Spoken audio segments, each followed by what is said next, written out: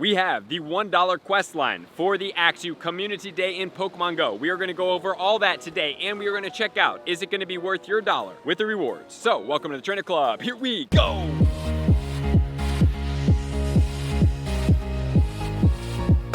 Axew Comm Day going down on Saturday from 2 until 5 p.m. and it does have a research quest line that is going on. Do you guys complete this? What is going to be my recommendation? We're going to check out everything that you will get from this $1 quest line, and we're also going to check out the best of the best to see if Haxorus is good here. And if you have already completed this day and you don't care about the research, check the timestamps and skip to the part in the later of the video that's going to talk about how good is Haxorus in Pokemon Go. Okay, so number one, before we get into the paid research, there is field research. Field research will be catch 3 Axew. The Axew will be 100% IV at 586 coming from the field research, so just remember that for all of them. Or it can also yield you 5 Great Balls, 2 Ultra Balls, 2 Pineapple Berries, or 500 Stardust. All is welcomed, but most preferably, we are looking for the Axew encounter. So with that said, now let's check out the $1 quest line to see is it going to be worth your time, energy, and resources in Pokemon Go. Typically, I enjoy them because they do yield a lot with additional Axew counters, but you can make the decision for yourself. Let's jump in. And the research is going to be as follows. We have make 5 nice throws for 15 Pokeballs. We have catch 15 Axew for the Axew encounter, and just remember the Axew 100% IV is going to be 586. Power up a Pokemon 10 times for 20 Axew candy. We have 3,000 Stardust, another Axew encounter, and 1 incense in stage number 2. Transfer 10 Pokemon for 10 Pineapple Berries. Catch 15 Axew for an Axew encounter. Evolve 3 Axew for 30 candies. Then we have 4,500 XP, an Axew encounter, and a star piece. In stage number 3, we are going to have make 3 Great Curveball throws for 15 Great Balls. Catch 15 Axew for another Axew encounter. Evolve 1 Fracture for 50 candies, 4,500 Stardust, a Fracture encounter, and we have a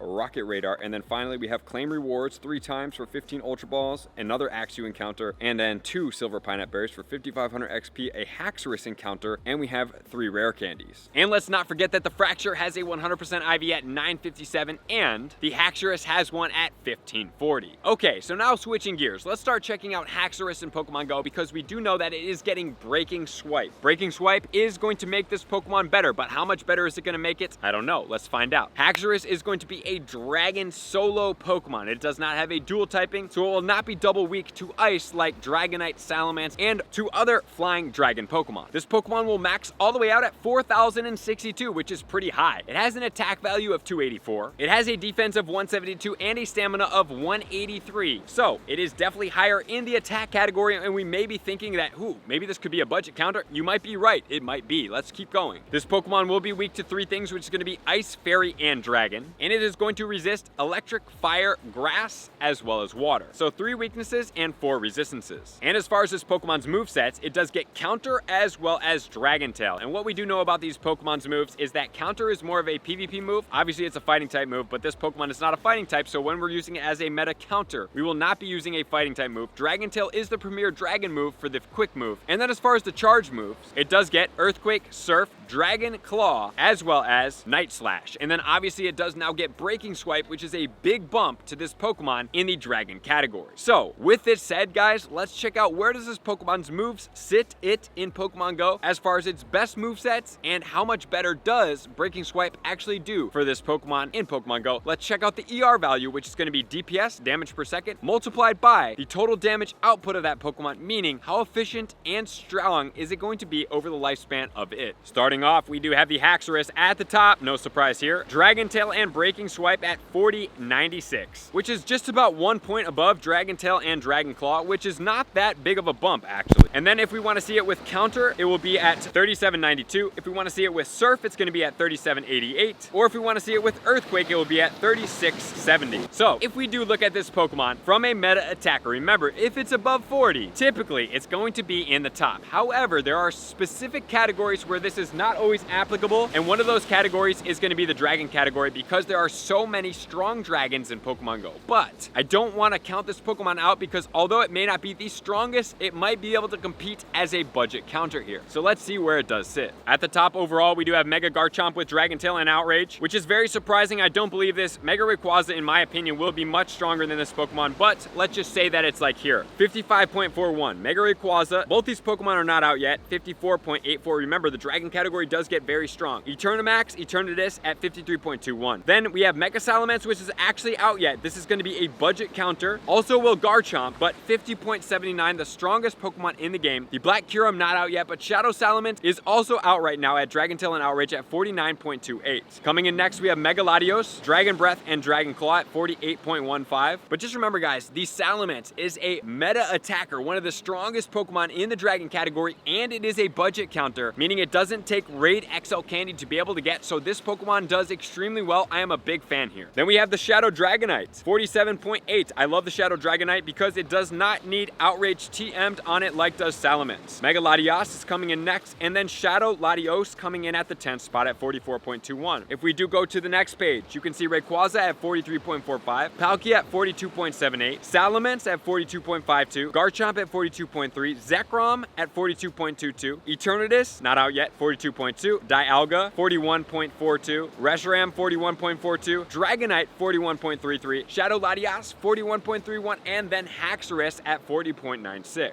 And then followed by a bunch of Pokemon, but look, it's definitely better than Latios, Kyurem, Latias, Hydreigon, and Tyrantrum. So, if we are looking overall, wow, there is a more powerful Pokemon and multiple of them in the Dragon category. It's not really that much further behind, guys. So if you happen to get a really good IV and you have a lot of XL Candy for this Pokemon, I'm not opposed to you powering this Pokemon up to level 50 or even to level 40 at the minimum and be able to use it as a meta Dragon attacker because, like I said, it is a budget counter. It's pretty good ranked. Obviously, we do have better ranked ones, but for what it's worth, it's pretty effective. So would I say to power up multiple of these Pokemon? My recommendation is no. But if you do get a good one, preferably it will be lucky so it can save you Stardust. I prefer the lucky Pokemon because they save so much Stardust in Pokemon Go. You can even max out 2 of them for the price of 1 non-lucky. You can do it here. So it's very effective. But now let's check out the PvP to see where it does sit. And maybe we can multi-purpose this Pokemon because before Breaking Swipe, it did sit at 306 in the Great League, 375 in the Ultra League, and 96 in the Master League with Counter, Dragon Claw, and Night Slash. But does the moveset change on this Pokemon with Breaking Swipe now being added to this Pokemon's move pool? And Breaking Swipe actually made a massive change to this Pokemon. Oh my goodness. So it is actually going to be ranked 53 now in the Great League with Counter, Breaking Swipe, and Surf for Haxorus. And then in the Ultra League, we have it at ranked 106. And then in the Master League, it's going to be ranked 34. So in the Great and the Master League, this Pokemon is an absolute monster. And wow, that Great League really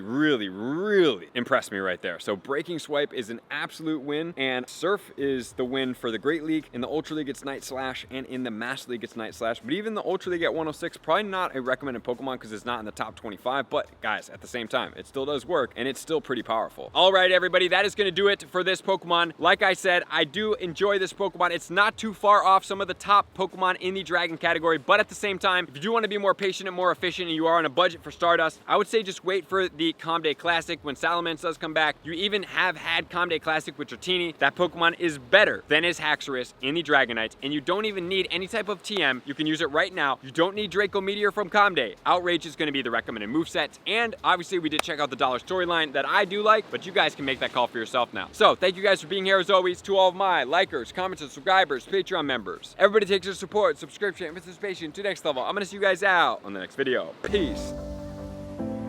I want to take this time to thank everybody who supports me in every facet. It means the world to me, and an extra special thank you to all my Patreons. I greatly appreciate the extra support to continue to allow me to pursue Pokemon Go full time, allowing me to create my daily video uploads in the most timely fashion for everyone's benefit. Plus, I get the amazing experience of sharing my creative processes behind the scenes and raiding all around the globe with select upper tiers. Thank you everybody for being a part of the Trainer Club. You all mean the absolute world to me, and I will see you guys out on the next video.